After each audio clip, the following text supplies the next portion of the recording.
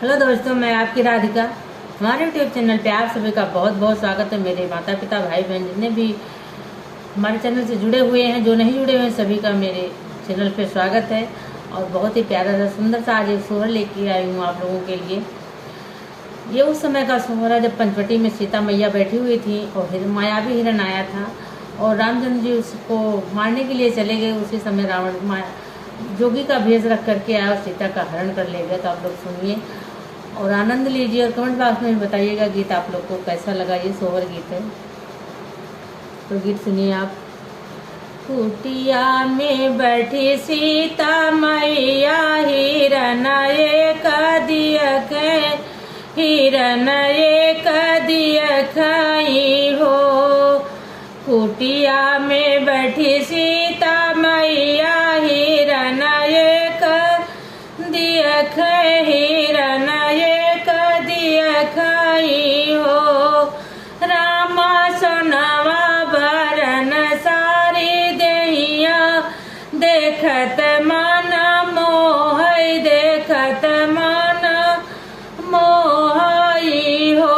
रामा सोनवा बरन सारी देहिया देखत मन मोह देखत मन मोहई हो।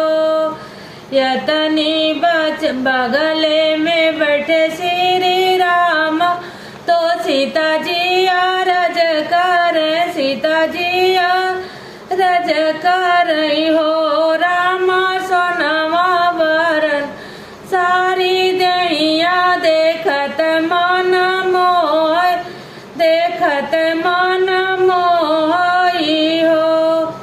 यतनी बचन सुनी राम हिरण पीछे धावई हिरण पीछे धावई हो।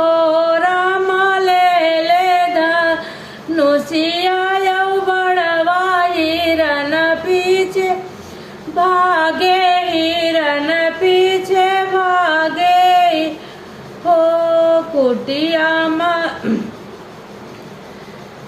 कुटिया माँ सीता अकेली रावण जे दियख रावण जे दियख हो। रामा धरिली इस जोगिया कई बेस भिक्षा मांग आवे भिक्षा मांग आवई हो। रामा धरली इस जोगिया के भेष भिक्षा